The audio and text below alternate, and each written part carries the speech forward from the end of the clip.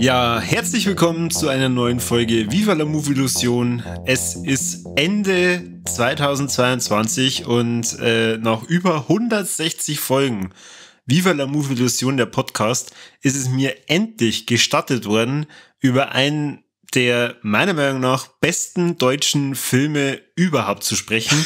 Und zwar Fraktus, und ihr Herzen schon kichern, er ist wirklich mit dabei, er hat sich's angetan. Ja. Fraktus, das letzte Kapitel der Musikgeschichte, bespreche ich heute zusammen mit Mike. Mike, servus, Christi, wie geht's? Servus, habe Dere. Also vor der Sichtung von Fraktus ist es noch gegangen und jetzt bin ich ein wenig durch. Du, sag einmal, in die 80er Jahre, wie war denn das damals so für die musiktechnisch? Hast du da auch dieses frühe Aufkommen der Techno-Bewegung mitbekommen? Also ich bin zwar alt, aber noch nicht so alt. Okay. Also ich bin zwar 84er Baujahr, aber so wirklich Musik mitgekriegt habe ich dann wirklich auch erst mit Michael Jackson, sage ich jetzt einmal, und dann wirklich wie die Eurotrends, die Szene da losgegangen ist, Anfang der 90er hast du natürlich das Zeug gehört im Radio, aber da das auch nicht meine Musik war mir das eigentlich total wurscht. Also vereinzelte Lieder mag ich schon und höre ich mir auch gern an, aber so im Großen und Ganzen bin ich jetzt nicht der große Techno-Fan. Aber du bist 84er Baujahr, das heißt, das eigentlich ganz gut hingehen, dass deine Eltern vielleicht ja vom Fraktus-Konzert waren. Ja Gott, wenn du mein Vater kennst, dann das ist das jetzt niemals so angesprochen. Also mein Papa ist so weit weg von Fraktus oder von Techno, dass ganz aus ist. Also er ist eher so der Country- und Western-Typ. Ja gut, die Geschmäcker sind breit und auch gerade je jünger man ist, umso mehr Abenteuer und Ausflüge in andere Gefilde macht man mal. Ja. Wer weiß, Mike, wer weiß. Aber wir haben ja einiges gelernt in diesem Dokumentarfilm über die Band Fraktus, die es ja seit 1983 so eigentlich gar nicht mehr gab. Der Roger Detner, der einen Sampler machen wollte, so über die frühe Entstehungsgeschichte des Techno, stößt ja dann so nach und nach, je tiefer er sie da reingräbt, auf diese Band Fraktus und interviewt halt dann auch den einen oder anderen Musiker, der sagt, Fraktus, das war eigentlich so der Grundstein damals, dass wir eigentlich Musik gemacht haben. Genau, und dann macht er sich auf die Suche nach diesen Bandmitgliedern und nimmt sich dann als Herausforderung an, dass er diese Bandmitglieder wieder zusammenbringt und Fraktus ganz groß rausbringt. Genau. Und davon handelt dieser Film. Und ja, ich muss sagen, als ich damals auf diese Band gestoßen bin, war das wirklich zu einer Zeit, wo ich das überhaupt nicht checkt habe, dass das eine fiktive Band darstellen soll. Die haben damals eine Interviewtournee gemacht durch verschiedene Talkshows oder sagen wir mal durch verschiedene Unterhaltungssendungen. Unter anderem, glaube ich, sogar TV Total und diese Sendung, die damals Joko und Klaas gehabt haben bei ZDF Neo. Und da habe ich es dann auch gesehen. Und ich gedacht, oh ja, was ist das für eine Band? Und okay, da gibt's einen Dokumentarfilm. Und so bin ich damals auf den Film gekommen. Okay. Und ich muss ganz ehrlich gestehen, dieser Film ist, glaube ich, einer meiner meistgesehensten Filme überhaupt. Unfassbar. Ich habe dein Letterboxd-Review gelesen und habe mit 4,5 Sternen, glaube ich, hast du den bewertet. Mhm. Ja, Wahnsinn. Also, das wundert mich sehr. Alles. Alles, ja. Also mich überhaupt nicht, weil das ist zum einen genau mein Humor und zum anderen auch genau so ein Dokumentarstil, den ich über alles liebe. Also wer mich kennt, der weiß auch, dass ich ein ganz großer The Office-Fan und Stromberg-Fan bin und gerade dieser trockene deutsche Humor, der ja hier in Fraktus einfach nur so vor sich hin strotzt und praktisch Ohrfremdschämen Szene auf die nächste Folge, gemischt aber auch mit musikalischen Größen, die da drin auftreten. Gerade so zum Schluss vom vom Film sieht man dann auch nochmal Daft Punk, die dann auch sagen, ja, Stimmt, Fraktus, echt voll die geile Band. Oder dann, ich glaube, der Porky von Deichkind ist er mit dabei, wo du halt dann denkst, ja, einfach sau cool. Ja, das Ganze ist erdacht und erfunden von der Künstlergruppe Studio Braun, wo unter anderem der Heinz Strunk mit dabei ist. Und der Heinz Strunk, der sagt dir bestimmt was, oder? Ja, das ist quasi da im Endeffekt der Kopf der Band, oder? Der Thorsten. Der Thorsten Barge, ja. Genau. Aber also bevor wir da vielleicht gleich noch ein bisschen auf die Handlung eingehen, weil mich interessiert ja vor allem, wie du dieses Meisterwerk wahrgenommen hast. Der Heinz Strunk ist der Autor vom Goldenen Handschuh. Ja, der Autor von was? Vom Goldenen Handschuh. Ah, okay. Okay, wieder was gelernt. Ja. Also der liest da das Hörbuch, das dazu gibt, und sagen wir mal, da passt also gerade sein Hamburger Dialekt ja natürlich wie die Faust aufs Auge. Okay. Und ich müsste lügen, aber ich glaube, er spielt sogar in dem Film auch mal kurz mit. In was Form? Also beim Goldenen Handschuh. Ja, genau. Ah, weiß ich jetzt nicht schon her. Weiß ich nicht. Ich habe Goldenen Handschuh selber bloß einmal gesehen.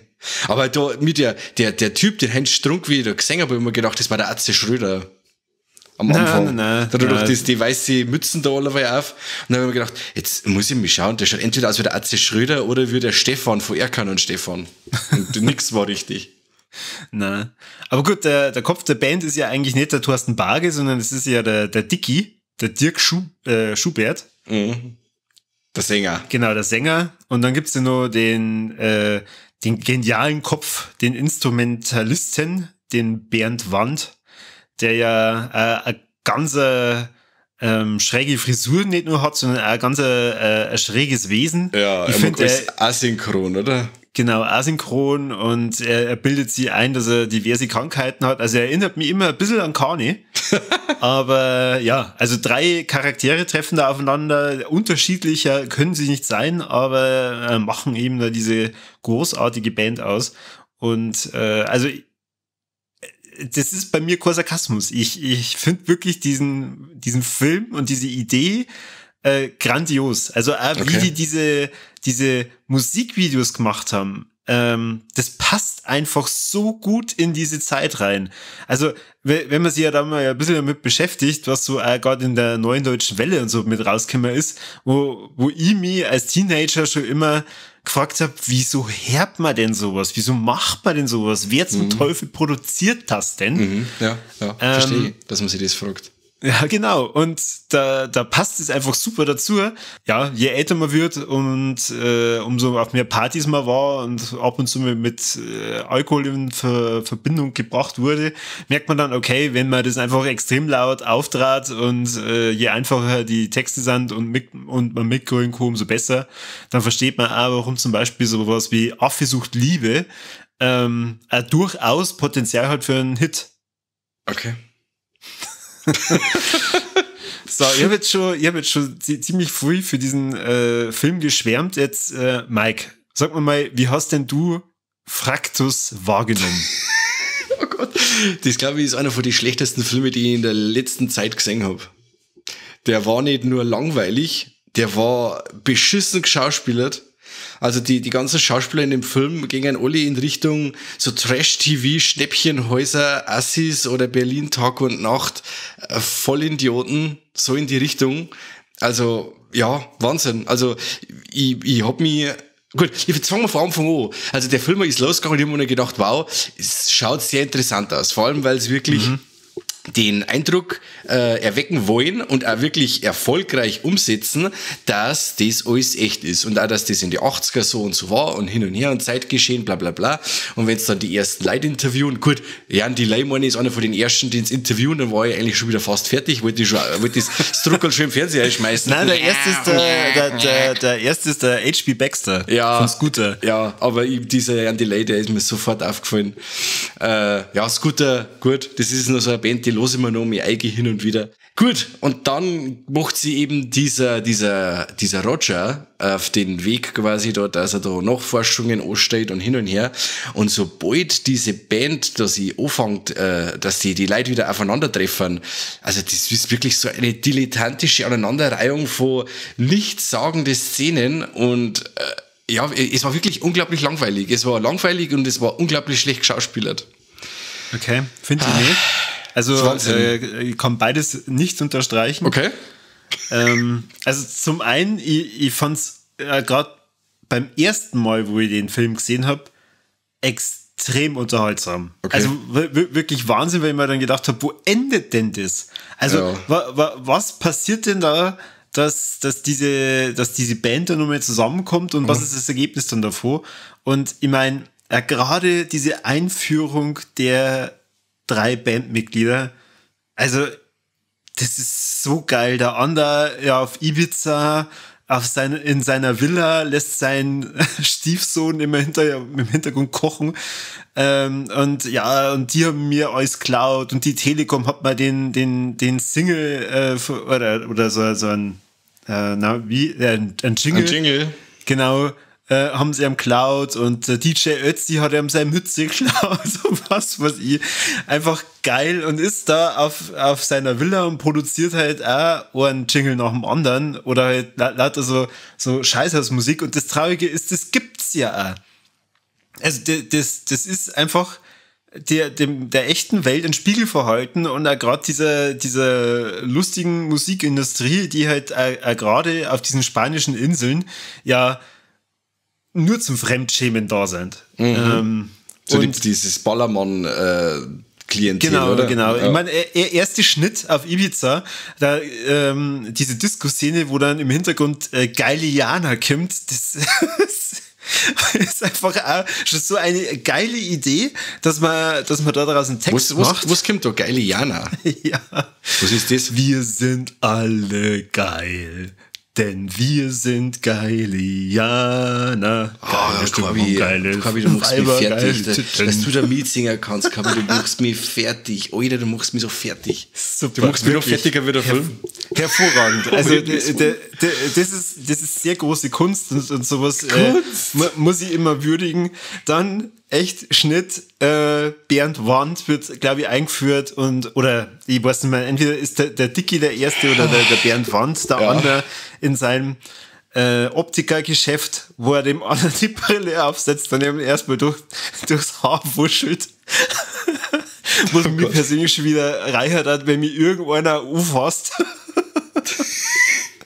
Und dann sie diverse Krankheiten einbildet und seine Eltern dazu verpflichtet, dass die mit ihrem Fraktus 2 machen. Ja, und dann stehen sie da. Also, ja, und auch, wie gesagt, wie du schon gesagt hast, also auch diese Art Humor, also du triffst das meine ich recht gut mit so Stromberg oder so, weil ich Stromberg zum Beispiel auch ganz, ganz schrecklich fand. Also, so bin ich ja über eine Folge nicht rausgekommen. Also, es kann wirklich sein, dass wir zwei da komplett aneinander vorbei humoren. Mhm. Das kann er, also wie gesagt, das mit Fraktus 2, ich mir dann auch gedacht, haha, ja, jetzt steht er da mit seinen Eltern, dann mit seinen depperten Musikinstrumente, die Lichtmangel, was ist das für ein Scheißtrick, so was soll geil. das? Wahnsinn. Der andere mit seinem Wasserhahn-Instrument, ja, er singt jetzt nicht mehr, er macht nur noch, ja, er macht jetzt seinen Gesang bloß nur mit einem Wasserhahn auf und zu oder er haut Schuhe aneinander oder so. Nein, er macht jetzt seinen Gesang damit, sondern genau, Schnitt, Dicky Schubert, der ja der einzige von den 3 ist, der da auf jeden Fall Bock hat, dass man Fraktus auch wieder auflebt und weil er lebt ja für die Musik und er hört überall Musik. Und genau, dann steht er da an seinem Wasserhahn und macht den rhythmisch immer wieder auf und zu und sagt dann, da, hört ihr das? Hört ihr das? Das ist der Beat. So wow. Gut. Nein, das ist nicht gut, Corby. Das ist nicht gut. Das ist der Wahnsinn. Also wirklich. Also grandios, diese Einführung, dann wie sie dann auch wieder aufeinandertreffen und im Grunde der Bernd Wandt und der Dicky sind relativ schnell dann eigentlich wieder in diesem Schema mit drin, dass sie schon Bock hätten, miteinander Musik zu machen. Ja. Nur der Thorsten Barge, der hat halt eigentlich auf die 2 überhaupt keinen Bock. Und ich meine, kann man ja auch verstehen, von allen 3 hat er eher so eigentlich das schönste Leben und wäre ja auch finanziell unabhängig. und hat es eigentlich nicht nötig, dass er an der Stelle bei Fraktus irgendwie weitermacht. Aber wird eben dann vom Roger überredet, dass alle Einnahmen, die er kriegt, dann kriegt er halt 80%. Dann sagt der Thorsten Barke, nee, 90. Dann sagt er, ja, komm, ein bisschen weiter drunter, nee, 90, okay. Ja. Ach, es ist einfach ein Traum, es ist super. Und ja, dann geht's mit den dreien los. Ein Traum, ja.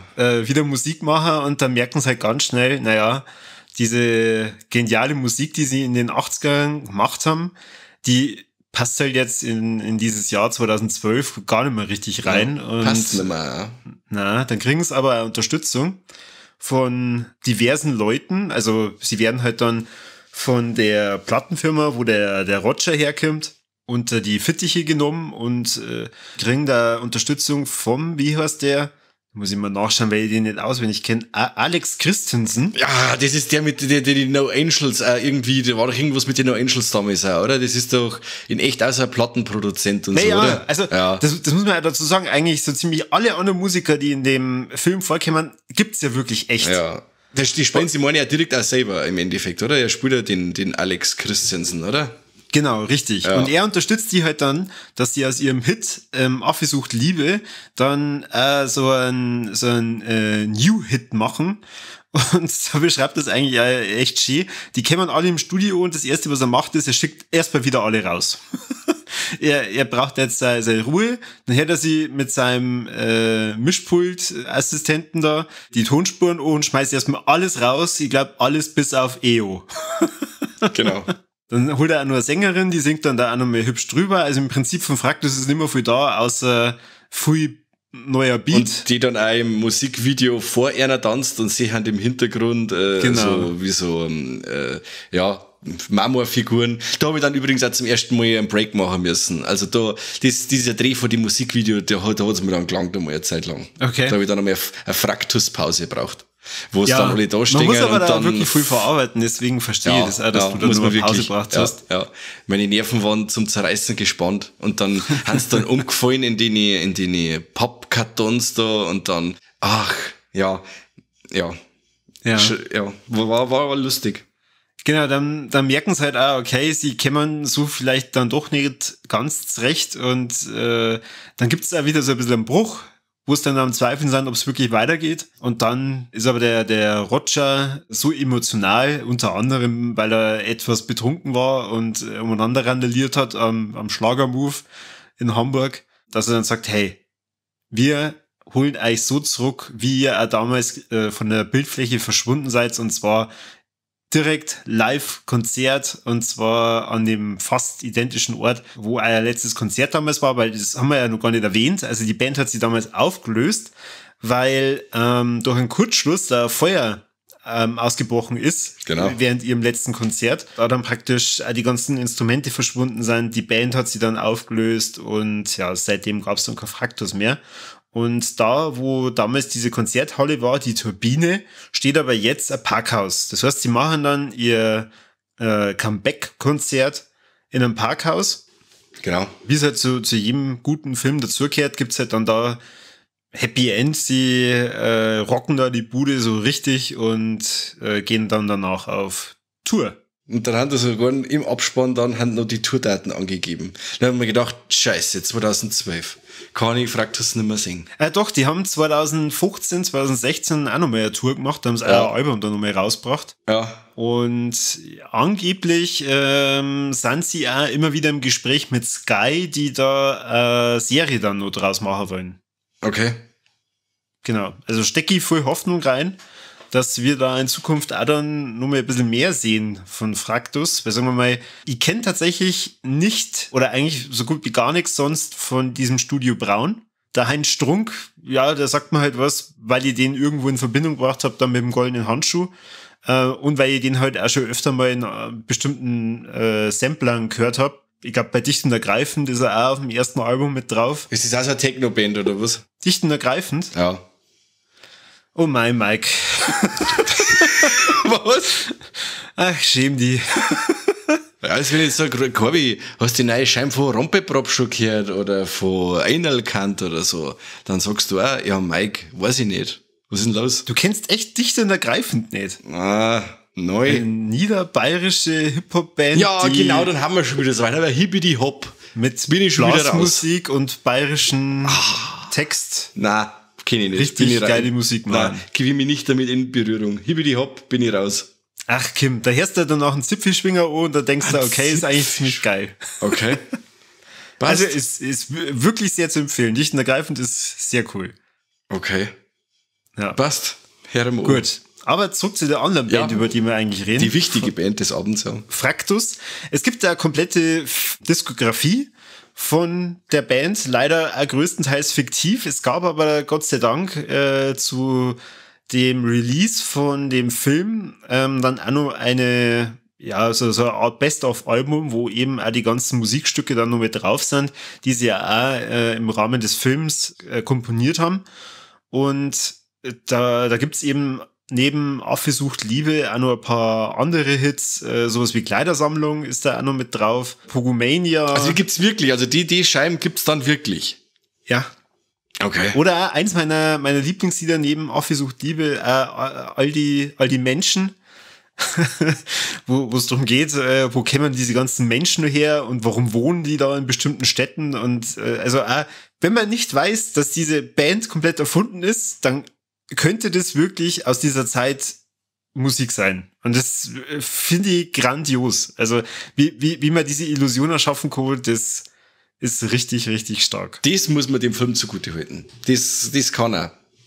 Zumindest am Anfang. Natürlich, der Anfang. Weil sagen wir mal, irgendwann merkt man natürlich relativ schnell, okay, also die sind so überdreht, das kann alles nicht stimmen. Ja. Wobei das für mich ganz lang funktioniert hat, weil ich habe ja am Anfang von der Folge gesagt, ich habe Fraktus zum ersten Mal wirklich im regulären Fernsehen einfach so gesehen, als Gast. Entweder ich hab das von TV Total gesehen oder ich habe das damals von Joko und Klaas gesehen. Und die haben halt auch diese Band wie eine ganz reale und normale Band behandelt. Aha. Und dann fangen die da an, sie zum Fetzen und zum Beleidigen und sie zum Anschreien. Und das war so strange. Da habe ich gedacht, okay, also diese Doku, die es da gibt, die muss ja wirklich sehr interessant sein. Mhm. Ja. Jetzt freut es mich natürlich umso mehr, dass du da einmal mit reingeschaut hast. Ja. Es ist ja unter anderem ein Musikvideo drin von der Formel 1, also wo sie ja mit Affe sucht Liebe aufgetreten sind. Aha. Und das schaut ja wirklich so aus wie bei der Formel 1.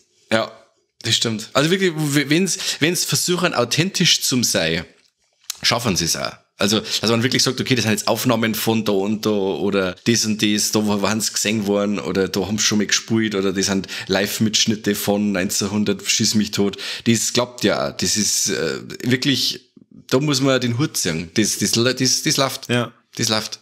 Aber dann, wenn dieser Mockumentary-Part losgeht quasi, dass dieses Zusammenfinden von der Band stattfindet, dann verliert er massiv.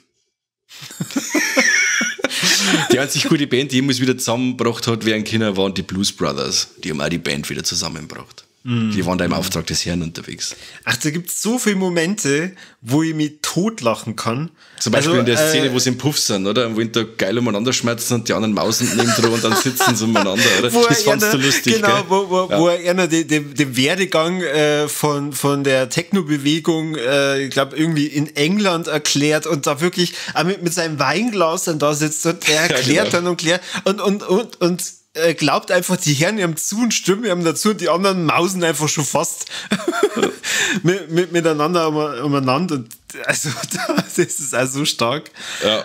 Aber ich habe jetzt irgendwann zum Beispiel diese Ibiza-Szene, wo es alle da sitzen und aufs Essen warten und der Stiefsohn, der Sohn vom Thorsten, da in der Küche steht und eigentlich kurz davor ist, dass er das Essen rausholt, dann streiten sie und dann sagt der Thorsten jetzt reicht's mir, leckt's mir doch hier, ich habe verdammt Hunger, jetzt gehen wir los und gehen irgendwo was essen. Gehen raus zum Essen und der Sohn kommt mit der kompletten Fressplatte, stellt die hier und ist total verwirrt, warum jetzt alle gehen und die gehen dann einfach trotzdem. Ja. Das ist so schön, das ist einfach wie im wahren Leben. Ja, oder manche Sachen habe ich nicht nachvollziehen können. Dann können wir uns quasi in Ibiza, quasi beim Thorsten an und dann senkst du das ausgestopfte Hirschgeweih an der Wand und dann nehmen sie das runter und dann finden sie das lustig und dann stecken sie einen Arm rein und ich hab mir gedacht, warum? Was macht es da? Warum? Also das ist kein Hirschgeweih, es ist ein Affenkopf. Affenkopf ist das? Ah, scheiße. Ja. Ja. Ja, weil die anderen zwei wie kleine Kinder sind und das finden sie einfach witzig, dass da hinten ein Loch ist und dann natürlich müssen sie dann einen Finger reinstecken. Okay, ja, muss man. Wenn Also so ein Loch ist mit der Bates, da muss man den Finger einstecken, ich glaube. Also ich muss zugeben, es gibt viele Szenen, die hätte ich persönlich mir auch gespart, weil ich auch finde, das ist dann in manchen Situationen einfach ein bisschen zu drüber, aber vom Gesamtbild her finde ich das so toll und so mutig, dass jemand so einen Film macht und da halt auch so viel echte Musiker mit einbezieht und wie du ja auch schon sagst, einen so realistischen Anfang dieser Techno-Bewegung mit aufbaut.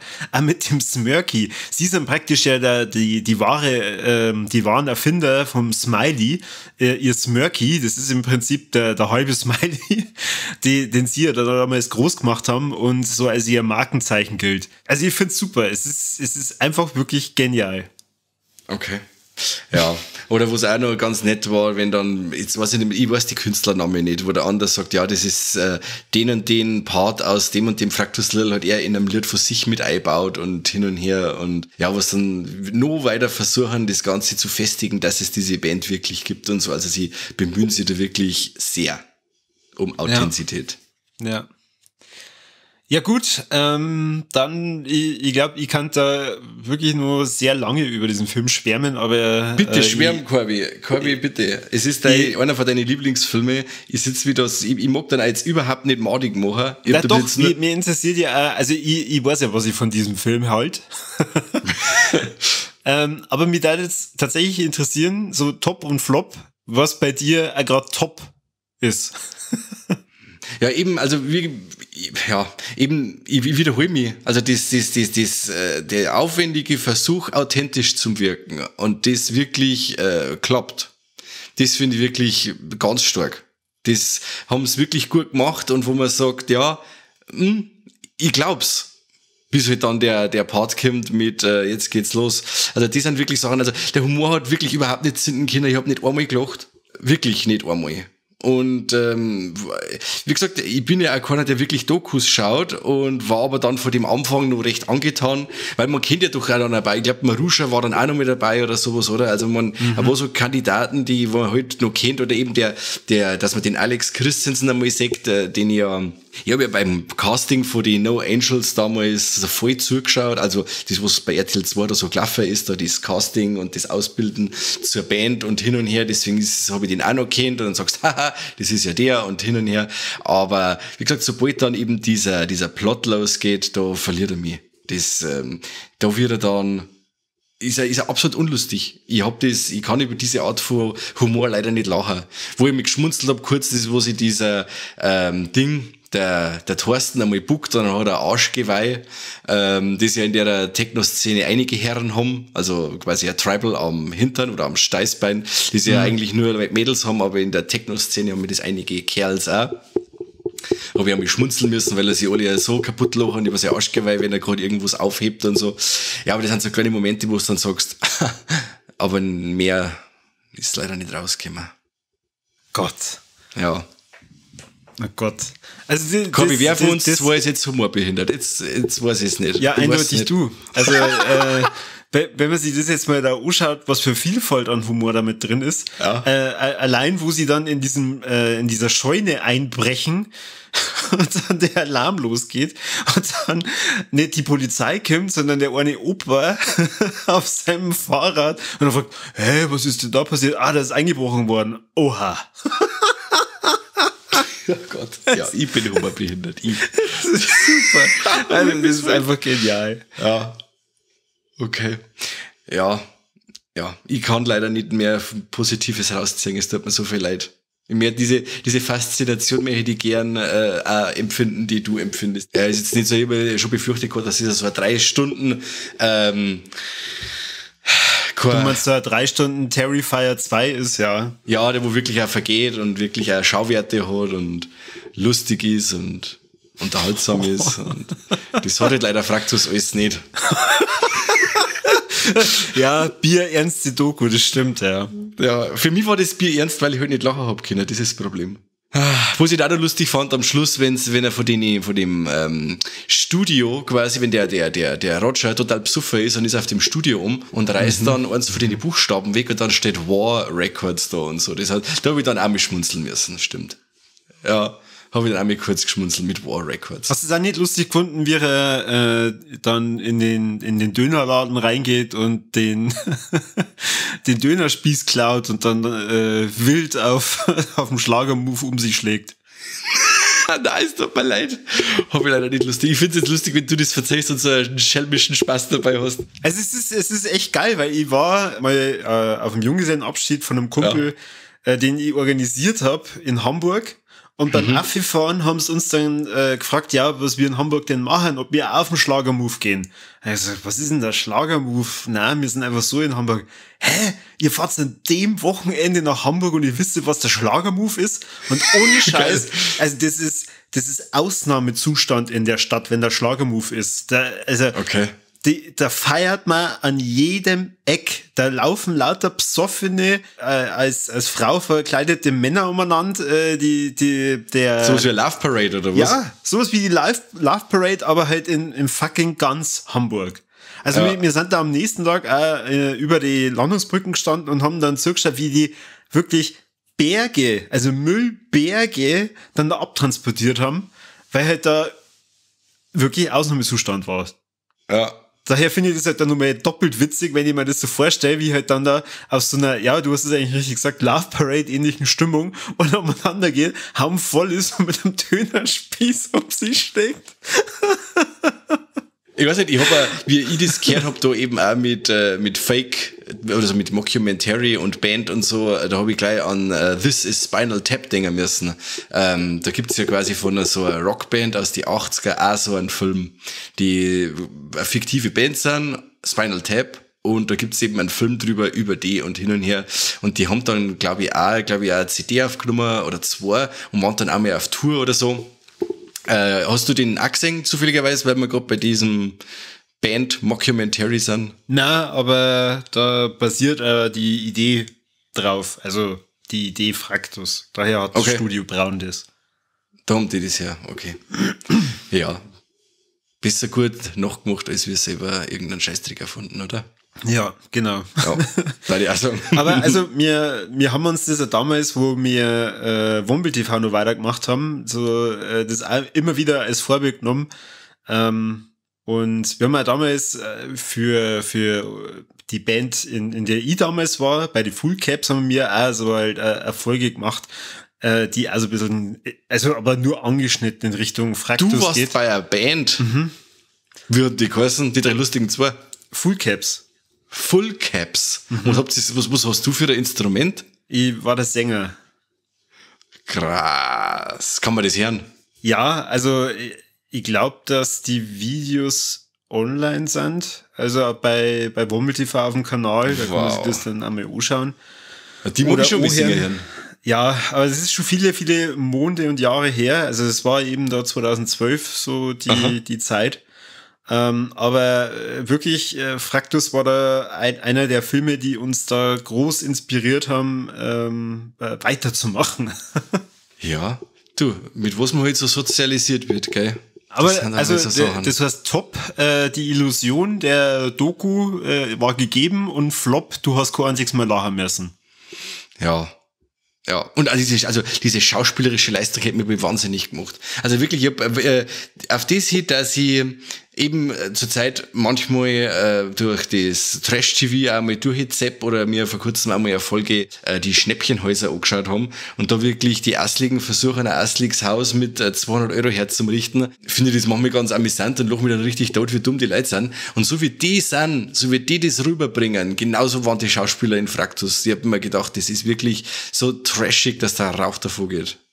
Voll krass. Naja, Das Traurige ist, wenn man mit ganz, ganz viel Leid in seinem Leben schon mal zusammengearbeitet hat oder auch noch zusammenarbeitet und dann merkt, okay, diese schauspielerische Leistung da drin ist doch sehr realitätsnah, dann ist es umso witziger und trauriger zugleich, weil, wie schon gesagt, ich habe auch schon echte Leute kennengelernt, die um einiges crazier waren, wie die 3 von Fraktus. Okay. Wahnsinn. Ja. Mit 2 davon mache ich einen Podcast. Mittelfinger geht raus. Ja. Mein Top und Flop. Ich fange mit dem Flop an. Ich schließe mich da ein bisschen an mit dieser schauspielerischen Leistung, die mir leider beim David Striso, ich weiß nicht, wie man den Namen richtig ausspricht, also bei dem Schauspieler von Roger, das ist mir in manchen Szenen wirklich zu drüber. Also gerade wenn er so mit seiner Lebensgefährtin, mit der Lucci dann spricht, das ist mir zu drüber. Oder auch diese Szene, wo er eben betrunken spielt und mit dem Dönerspieß um sich rumschlägt und dann danach da Taube rupfend auf der Palisade drauf sitzt. Das gefällt mir gar nicht. Und da finde ich aber dafür die anderen 3, also die Studio Braun Leute, echt top gespielt. Ja. Und ich habe auch erst vor kurzem in der Alexia über den Herrn Striso auch positiv gesprochen. Also er hat seine Schauspielerkarriere mittlerweile in meinem Kopf wieder positiv hingerichtet, weil er ja bei Ding mitgespielt hat. Im Westen nichts Neues. Da spielt er ja den General. Und ach, stimmt, was gesagt hat. Da hat er schon wieder ich hätte gern noch was Positives erwähnt, dass ich nicht nur schimpft die ganze Zeit. Ja. Also dieses, wenn es dann das Konzert aufziehen in diesem, in der Tiefgarage oder in dem Parkhaus da, das hätte man wirklich geil vorstellen können, da mehr Konzert zum Singen. Also da habe ich mir gedacht, das war die Atmosphäre, die da auch rüberkommt, wenn da die ganzen Leute reinlaufen. Und zuerst meinst du ja, okay, es kommt keine Sau in das Konzert, dann auf einmal stürmen sie von hinten Führer, Achtung, Spoiler, es kommen doch ein Haufen Leute auf das Konzert, und dann stürmen sie Führer und und Fraktus, ole, ole, super cool. Und dann stehen sie aber auch quasi in der Mitte von so einem Zylinder, wo sie rund um die Autos fahren können, im Endeffekt auf und ab in dem Parkhaus, und da stehen auch überall die Leute und das schaut ziemlich cool aus. Ja. Also das ist, ich weiß nicht, ob das so atmosphärisch gewollt war, aber das reißt irgendwie einen mit, wo du sagst, ja, cool, das ist jetzt so Konzertatmosphäre. Das fand ich noch ziemlich cool. Freut mich, dass du, je mehr wir über den Film reden, immer mehr Positives dann. Nein, jetzt ist aber Schluss. Jetzt wird wirklich alles rausdruckt. Alles wird ausdruckt. Ja, und positiv, jetzt da nochmal extra was Positives raus. Jetzt bin ich aber gespannt, was du Positives hast. Also es ist ganz schwierig, weil ich ja eben so viele Sachen da drin echt gern mag. Ja. Aber ich glaube, es ist ja gerade dieser Anfang, diese Einführung von den Charakteren und die Erklärung, wie Fraktus damals entstanden ist und mit dem Werdegang und so, das finde ich richtig geil. Und eine meiner Lieblingsszenen ist, wie es am Ende oder so gegen Ende von dem Film, kurz bevor das Konzert losgeht, wie der Dicky und der Bernd dann da sitzen und dann so drüber reden, was machen wir denn, wenn es nicht klappt? Ja, wenn es nicht klappt, dann sagt der Dicky, dann machen wir halt wieder Fraktus 2 auf. Dann sagt der Bernd, nein, Fraktus 2 können wir nicht machen, das mache ich schon mit meinen Eltern. Ja gut, dann machen wir Fraktus 3 auf. Und dann ist Fraktus 3 so wie Fraktus, aber halt Fraktus 3. Und ich denke mal, was ist das für dumme Logik? Ja, sehr dumm. Was hat Fraktus eigentlich irgendeine Bedeutung? In dem Bonusmaterial auf der Blu-ray diskutieren sie dann drüber, wie eigentlich dieser Name Fraktus entstanden ist. Und da sagen sie dann auch einmal, ja, sie waren eigentlich irgendwie für Ficus, und dann haben sie aber die ganze Zeit überlegt und sie gestritten, ob Ficus wirklich das Beste ist, und dann einigen sie sich irgendwann auf Fraktus. Aber das ist jetzt kein wirkliches Wort oder Name, Nein, oder? Aber dafür haben ja all ihre Alben, die sie ja veröffentlicht haben, die haben Wortspiele mit drin. Also das Tut endlich Amour zum Beispiel, das ist ja ein Wortspiel. Oder Automate, was ja aus Automobil und Tomate besteht. Puh, das ist ja... Oder super, weil das ist praktisch ihr Kritik am Drogenkonsum. Das Album 7353 ist gleich 057. Genau. Wenn man das auf den Kopf stellt, dann steht da LSD gleich Esel. Wow. So geile Ideen in dem Film umgesetzt und also je öfter man den sieht, umso mehr kann man entdecken. Und die Blu-ray, die lohnt sich auf jeden Fall, weil da kommt dann aus dem Bonusmaterial nur mit raus. Es gab eigentlich sogar eine vierte Person bei Fraktus, den Meinhard Gnom. Und das ist auch derjenige, der diese ganzen Instrumente dann damals beim Feuer gerettet hat und versteckt hat. Der hat aber damals in dem Feuer sein Bein verloren und ist eigentlich mehr oder weniger so ein bisschen eine Trauergestalt. Da kann ich ja verstehen, warum sie den rausgeschnitten haben, aber es ist immer wieder ganz, ganz witzig, wenn man eben dann die zusätzlichen Szenen sie anschaut und wenn es dann so ein bisschen erklären, weil sie haben einen Gnom damals praktisch, das war ihr Schlagzeuger und den haben sie dann durch den Beater ersetzt. Also sie haben den einfach durch eine Maschine ersetzt. Toll. Ja. Dann, Mike, jetzt kommen wir zum Triple Threat. Jetzt wird's ganz spannend. Jetzt und geht's zwar, sag einmal, kommen in dem Film Titten vor? Ja. Stimmt. Und zwar bei der Montage auf Ibiza, da sieht man tatsächlich nackte Brüste. Also sieht man schon mal mehr wie bei Terrifier 2. Oh, und ja in dem Swingerclub dann, oder? Da meine ich, sieht man auch noch was. Na, ich glaube, das ist alles verpixelt. Okay, dann ist es da verpixelt, alles klar. Dann sieht man quasi auch keine Trompeten. Man sieht, ja, nur verpixelte Trompeten, genau. Pixeltrompeten. So, und sehen wir tote Tiere? Na, nicht, dass ich wüsste. Ja, doch, einen toten Affen. Einen toten Affen? Ja. Der ist mir entgangen. Na, du hast vorhin sogar drüber geredet. Ach, du meinst ein ausgestopftes Viech? Ja. Ach, ich weiß nicht, das darf jetzt nicht sein. Nein, du möchtest damit da zu viel also im Bonusmaterial sieht man ja auch, wie es diesen Affen köpfen. Gesichter des Todes lässt grüßen, oder? Schmarrn, sieht man nicht. Aber sagen wir mal, ich finde, Tiere kann man in dem Film jetzt nicht unbedingt so gut weg. Weil ich mag diese Szene, die ich vorhin beschrieben habe, von dem Roger mit der Taube wirklich nicht, weil ich mir denke, rupft der Taube wirklich gerade die Federn aus, weil das, also zum einen, ich darf nie und nimmer in Hamburg irgendeine Taube anfassen. Da darf's mich, glaube ich, bis zum Ende meines Lebens grausen. Und zum anderen, da die da auf gar keinen Fall irgendwelche Federn ausrupfen. Na, das kannst du nicht machen. Ja. Das ist bestimmt entweder Fake-Taube oder Fake-Federn oder sonst irgendwas. Das kann ich mir jetzt nicht vorstellen. Ja. Dann hier natürlich nur die Abschlussfragen von mir an dich. Ja. Zum einen, wenn jetzt Fraktus wieder auf Tour gehen und zufällig uns sponsern würden, dazu da mit mir, mit dem Kanye dann da aufs Konzert gehen. Wenn du das mit dem Sponsern nicht mehr gesagt hättest, da hätte ich gesagt, nein. Wenn sie uns sponsern, vielleicht. Aber so hätte ich eigentlich gesagt, ich mir einfach Fraktus in meinem Leben nichts mehr hören und singen. Okay, ja. Also damit erübrigt sich dann auch die Frage mit der Sky-Serie, ob du dir das dann nicht auch... Nein, ja, natürlich nicht. Ja, um Himmels Willen. Das müsste schon eine Gratwanderung sein, um 180 Grad. Aber ich kann mir nicht vorstellen, dass das mich in irgendeiner Weise catchen wird. Nein. Bin ich raus. Mit dem Thema Fraktus bin ich jetzt erledigt. Ich habe jetzt meine Schuldigkeit getan. 160 Folgen bohrst jetzt bei mir rum da in offene Wunden. Jetzt haben wir es gemacht. Wir haben drüber geredet. Ich habe es gesehen. Ich brauche von jedem Trägermuster und das muss man irgendwann muss man das noch bürsten. Okay. Ja.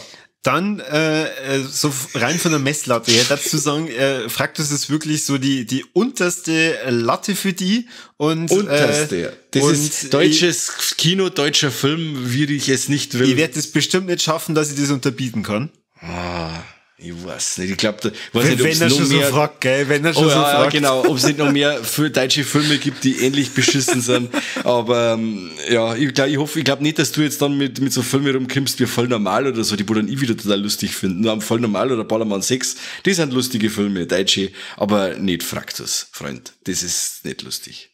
Aber ich verstehe es nicht ganz, warum du das wirklich überhaupt nicht witzig findest. Nein, und ich habe es wirklich probiert. Ich stehe ja dem Film nicht so gegenüber, dass ich sage, okay, ich bock ihn jetzt nur, weil es du super findest. Aber nein, es ist nicht übergesprungen. Ich habe allgemein mit so Geschichten Probleme, die Art Humorgängern.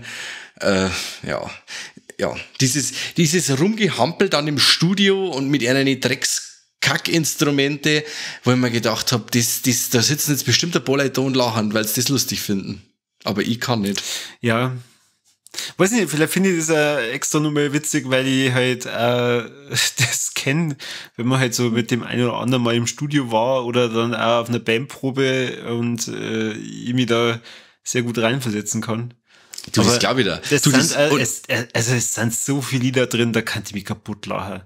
Also wirklich, dieses all die armen Menschen und das Affe sucht Liebe, also das aber ist genial. Da geht's bei mir schon mal los, dass ich jetzt nichts her, weil es mich belustigt. Eben, du hörst ja wahrscheinlich auch die KIZ oder irgendwie so, oder? Ja, da ist bei mir einerseits mit Hip-Hop schon gar mit dem Rap, aber dann eben diese Texte, die dann lustig sein sollen. Ich höre mir jetzt nichts an, weil ich Musik an, weil ich da lachen muss, weil die Texte lustig sind. Zum Beispiel ein Beispiel. Zum Beispiel. Aber da haben wir wahrscheinlich ein bisschen unterschiedlich, Corby. Und es ist ja da, wie man, ich weiß auch nicht, du bist jetzt da in die Szene da besser eingewachsen, du bist ein bisschen jünger wie ich. Ich kann damit leider nichts so fangen. Ja, stimmt schon, ja. Also, ich bin halt ein alter, grantiger, verbitterter Mann. Ganz viele Sachen werden nur für meine Generation produziert.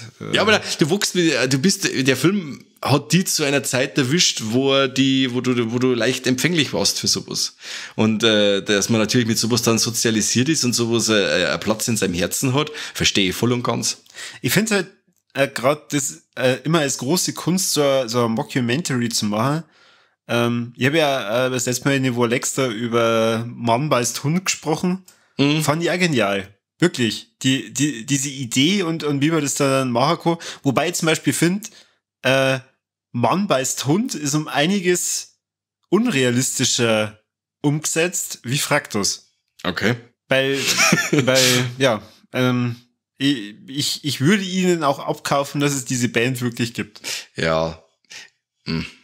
Ja, es ist, ich glaube, diese Art von Humor, die zwei Filme auch haben, macht es halt auch ein bisschen aus. Es ist halt dieser Mann beißt Hund ist halt so überzogen, dass du jetzt schon wieder sagst, ja, okay, das ist jetzt Film.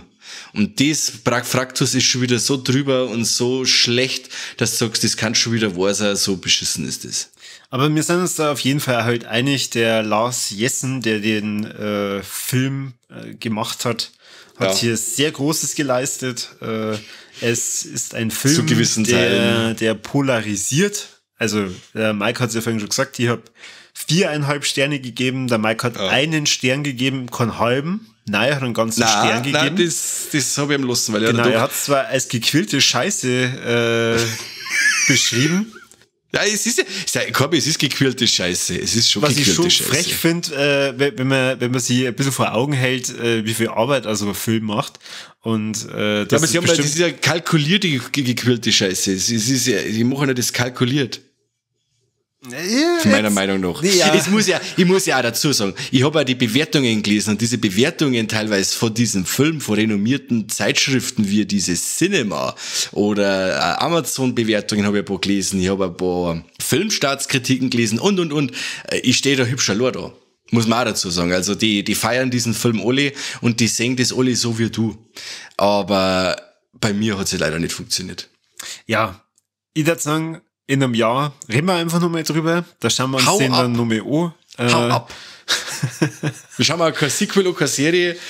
Gar nichts. Ich bin fertig. Ich habe ausgefraktet. Du hast ausgefraktet? Ja. Ja gut. Ich überlege mal bis zum nächsten Mal dann das nächste große Corby-Projekt, das wir dann angehen. Und bin aber wirklich nach wie vor sehr happy, dass wir heute darüber gesprochen haben. Ich muss ja sagen, du hast um einiges weniger gefaked, als ich erwartet habe.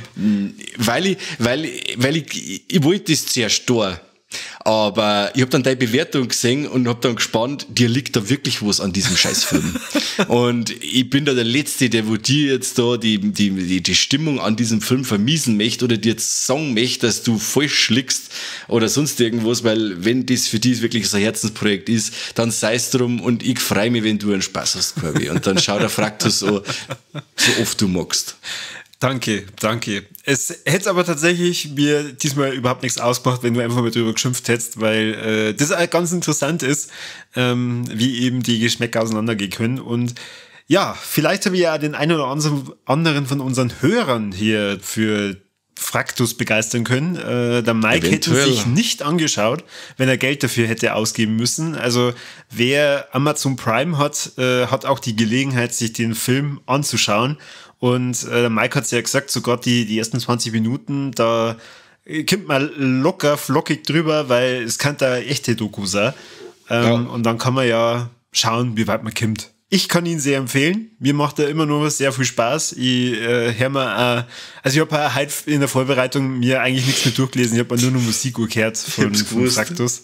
Ja, ich habe das fast gedacht. Dass du das richtig eingegroovt hast. Ja. Affe sucht Liebe. Affe sucht Halt. So geil. Ja. Und in diesem Sinne, Mike, was der von unseren Hörern denn sonst machen, außer dass sie sich Fraktus so schauen sollen? Schaut einfach bei den sozialen Netzwerken ein bisschen vorbei. Liked uns da, wo es geht. Instagram, Facebook. Dort überall die Glocken drücken. Schaut bei Stadium mal vorbei. Da könnt ihr dann auch gleich eure Liebsten Abo von uns schenken zu Weihnachten. Kommt immer gut an. Wenn ihr der Schwiegermutter imponieren wollt, ja, vielleicht wollt ihr es auch imprägnieren, keine Ahnung. Wenn ihr imponieren wollt, dann schenkt ihr ein Abo von uns. Macht's das. Empfiehlt uns weiter. So schaut's aus. Genau. Ansonsten ist ja bald Weihnachten oder wenn die Folge draußen ist, war anscheinend schon Weihnachten oder was heißt anscheinend, da bin ich mir sogar ziemlich sicher. Wahrscheinlich. Ihr habt ja nur ein bisschen Zeit in 2022, deswegen schnappt sich eure Freunde, setzt sich vor den Fernseher und feiert ins neue Jahr, am besten mit der lieblichen Musik von Fraktus. Fraktus, genau. So. Ja, haben wir wirklich vor jedem Träger Musterbrauch da draußen. Der läuft jetzt bei Amazon Prime, im Abo ist der quasi mit dabei. Also ich hätte wirklich, bin froh, dass ich keinen Cent gezahlt habe für das Ding. Gut, andere sagen, du hast ja fürs Abo gezahlt, du Vogel. Ja, natürlich habe ich fürs Abo gezahlt, aber für den Film selber nicht. Und das befriedigt mich. Es könnt euch das Ding bei Amazon Prime im Abo anschauen und Spaß haben oder auch nicht. Genau. Dann in diesem Sinne, vielen Dank fürs Zuhören und bis zum nächsten Mal beim besten Podcast der Welt oder der deutschen Techno-Szene. Genau. Servus und habe Dere. Danke fürs Zuhören.